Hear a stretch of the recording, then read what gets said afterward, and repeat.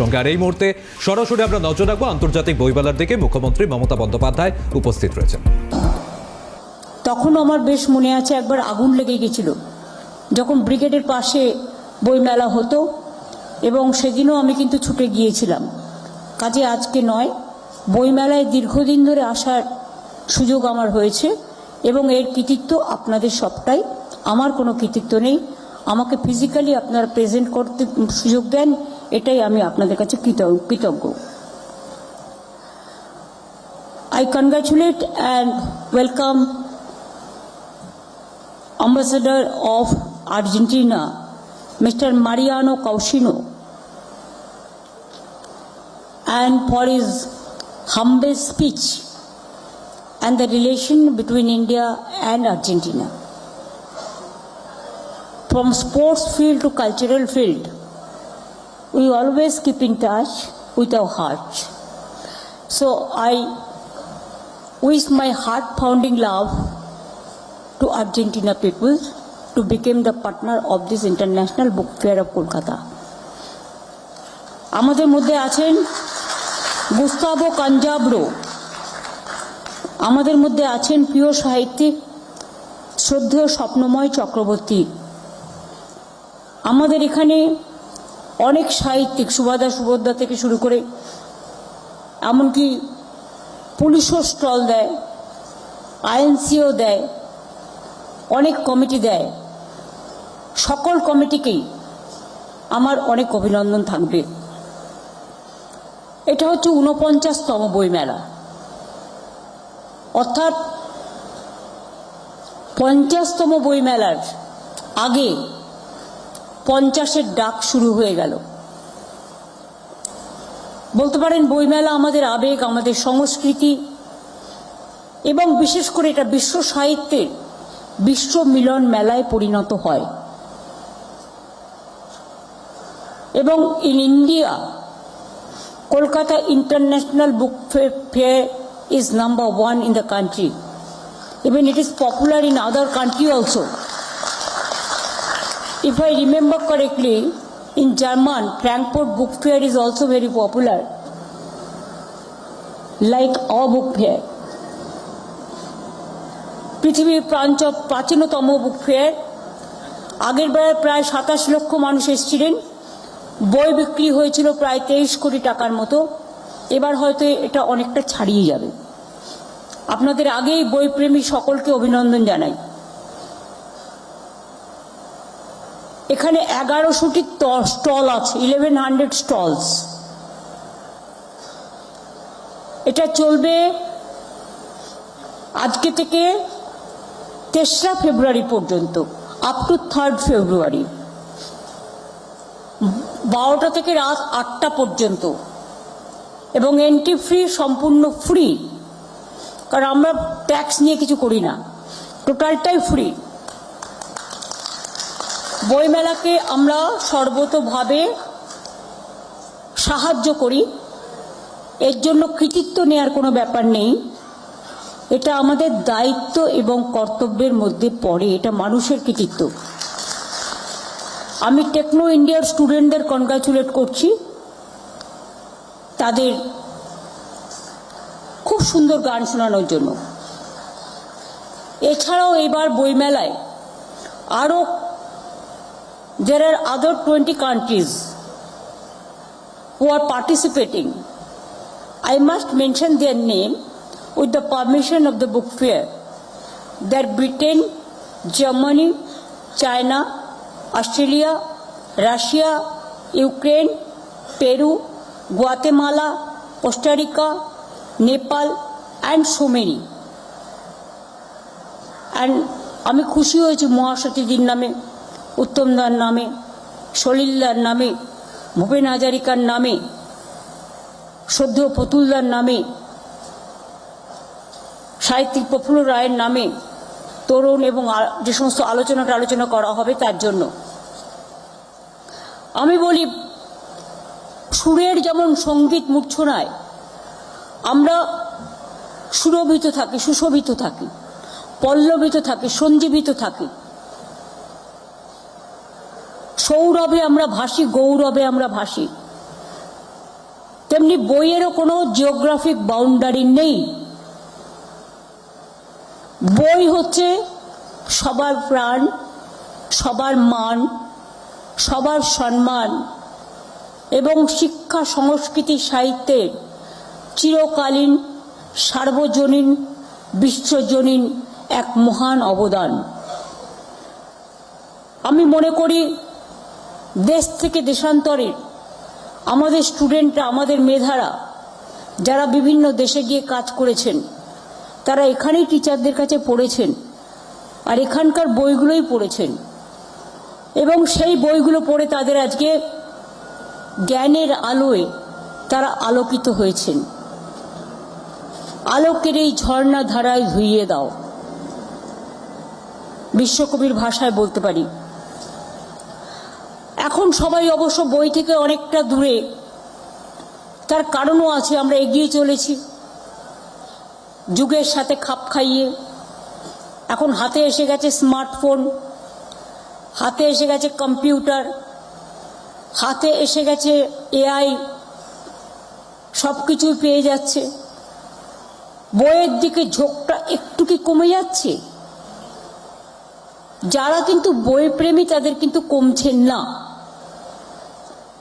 আমি দেখেছি লক্ষ্য করে, আমি অবশ্য লেখার টাইম পাই না, যতটুকু টাইম পাই ওই যখন হেলিতে করে জেলায় যাওয়ার সুযোগ হয়, বছরে তো 9 মাস ওটা চলেই না, 1-1.5 মাস, আমি কিন্তু সেই সময়টা বই আমি লিখি। এবং প্লেনেও যদি কোথাও যাত্রা করি সেই সময়টুকু আমি বই লিখি। আমি যদি কম্পিউটারে টাইপ করি আমার মন পোষায় না। হ্যাঁ, কিছু আর্জেন্ট কাজ আমাকে রেকর্ডে রেখে দিতে হয়, নোটে লিখে রাখি, কিন্তু যে বইগুলো বেরোয় সেগুলো কিন্তু আমি হাতে লিখি। কারণ এই অভ্যাসটা এখনো যায়নি। হাতে লেখার অভ্যাসের মধ্যে যে স্বাচ্ছন্দ্য এবং যে কথাগুলো ফটাফট ফটাফট বেরিয়ে যায়, একেবারে দারুণ অগ্নি বাণের মতো, সেটা টাইপ করতে করতে অনেক সময় একটু টাইম লাগে, ভাবতে হয়। কিন্তু লিখতে গেলে ভাবতে হয় না, অটোমেটিক্যালি কন্টিনিউয়াস পেনটা চলে যায়। কাজে আমি মনে করি যে বই আমাদের প্রাণ। এই তো মা সরস্বতী পুজো আসছেন আগামীকাল, আজকেও আমাদের ছুটি, কালকেও ছুটি দিয়েছি এই কারণে, কারণ ছাত্রছাত্রীরা আগের দিন স্কুলে ঠাকুর নিয়ে আসে, তারা আনন্দ উপভোগ করুক। সাথে সাথে বিদ্যার দেবী, বুদ্ধির দেবী, যশের দেবী, সসম্মানের দেবী, অভিবাদনের দেবী, সংস্কৃতির দেবী, শিক্ষার দেবী, সুরমূর্ছনার দেবী, যার জন্য বলে বীণা রঞ্জিত পুস্তক হস্তে ভগবতী ভারতী দেবী নমস্তে। বীণা হাতে মা আছেন, আবার পুস্তক নিয়েও আছেন। বীণা এবং পুস্তকের সাথে দুটোর সাথে একটা সম্পর্ক তো রয়েই গেছে।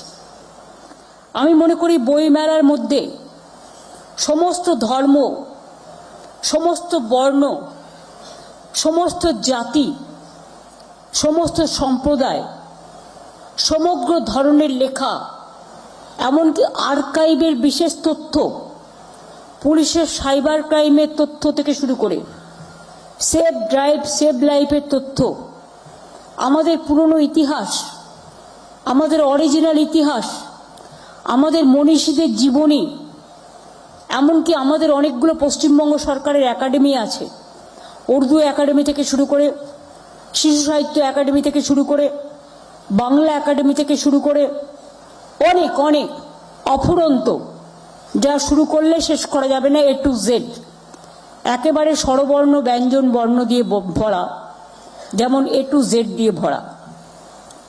আমি তাদের সকলকেই আমার অনেক অভিনন্দন জানাচ্ছি।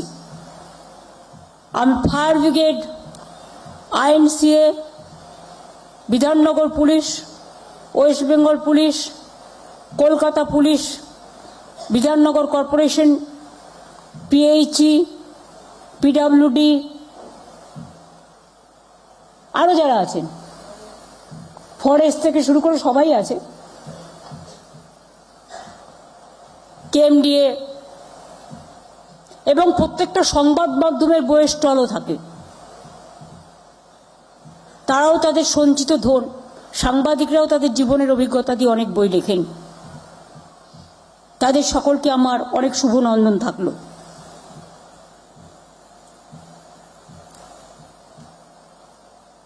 আমি ছোটোখাটো লিখি, খুবই অপ্রতুল্য বলতে পারেন। আমি তো একটা জ্ঞানীগুলি লোক নই, আমি খুব সিম্পল। আমি নিজেকে মনে করি less important person, just like a downtrodden people, মধ্যে একজন, পিপুলের মধ্যে একজন। কাজে ওই যতটুকু পারি। আমি একথা বলছি না, রবীন্দ্রনাথ ঠাকুরের গানে বলি ভাষায়, আমারে না যেন করি প্রচার আমার আপনও কাজে, নিজেরও ইচ্ছা করহে পূর্ণ তোমারও জীবনও মাঝে। মোটামুটি আমার 153টা বই বেরিয়েছে এর মধ্যেই, এবারেও হয়তো 9টা বেরোবে। আমি আমার রাজনৈতিক জীবনের কিছু কথা সবটা এখনো বলিনি, কারণ সবটা যদি বলে দিই তাহলে আগামী দিনের জন্য হৃদয়ের সঞ্চিত ভাণ্ডারে কি থাকবে। একটা কথা ভাণ্ডার দিয়েছি, একটু একটু লিখেছি। আরও অনেক বইয়ের মধ্যে এসআইআর এর যে হ্যারাসমেন্ট চলছে, যেহেতু এটা সাল 26টা কবিতা আমি হেলিতে যেতে যেতে দুদিনে লিখে দিয়েছি, 2-3 দিনের মধ্যে। ওটাও স্যার হিসেবে বেরোবে। কাজেই এবার সংখ্যাটা 162 হবে। যাই হোক, এই টুকটাক আর কি। সুমন্ত্র একটা বই নিজে নিজে লিখত কাগজে, কিন্তু কোনোদিন পুস্তক আকারে প্রকাশ করেনি। সুমন্ত নিজে স্টার জলসার দায়িত্বপ্রাপ্ত। আমি ওকে বললাম, তুমি বইটা কেন প্রকাশ করছো না? কারণ আমাকে আঁকাতে ইন্ধন দিয়েছিল সুভাদা, এবং সুব্রত দাস বেঁচে নেই। আমি টুকটাক চিরকুটে লিখতাম, লিখে ফেলে দিতাম। আমাকে তুই ফেলে দিস কেন রে, এগুলো রেখে দিতে পারিস না? সুব্রত তো আমাকে শাসন করতেন। আর সুভাদা কিছু না, সুভাদার বৌদি শিপ্রাদি একদিন হঠাৎ আমার বাড়িতে গিয়ে হাজির। তখন আমি ক্যানভাসে কিছু কিছু কাজ করেছিলাম, উল্টো পাল্টা। আমি তো আর আঁকা শিখিনি, সবটাই বলতে পারি ইনোভেটিভস। তখন সুভাদাই বলেছিল, সম্ভবত দোলাকে, যে ওকে বারণ করো এগুলো ফেলে দিতে, ওকে আঁকতে বলো। ওর প্রত্যেকটা তুলির টান বোঝা যায়, ও যেন আঁকে। তাই আমি যখন যেখানে যাই, আমি পয়সা খরচ না করে, বিনা পয়সায় 2টো এক্সিবিশন করেছিলাম, তার জন্য আমার বিরুদ্ধে সিবিআইও হয়েছিল। তাও আমি 1 পয়সা আমার জন্য নিইনি, টোটালটাই দিয়ে দিয়েছিলাম এনজিওসদের, স্প্যাস্টিক সোসাইটিকে অথবা গভর্নমেন্টকে গরিব লোকেদের সাহায্য করার জন্য। তাতেও তারপর থেকে আমার নিজের প্রতি নিজের একটা লাঞ্ছিত মনে হয়েছে, অপমানিত মনে হয়েছে, অসম্মানিত হয়েছে। এবং তারপর থেকে আমি এখন কি করি, আমি যে সার্কিট হাউসেই যাই না কেন, ওরা একটা ক্যানভাস রেখেই দেয়, সেখানে যেটা আঁকি ওই জেলাকেই দিয়ে আসে। ওরা সেটা যত্ন করে রেখে দেয়, কাজে লাগায়। এবং আমি যখন কোনো ফরেন ট্যুরে যাই বা আমার কাছে কেউ আসে, আমি ওই আঁকার থেকেই একটা করে প্রেজেন্ট করে দিই।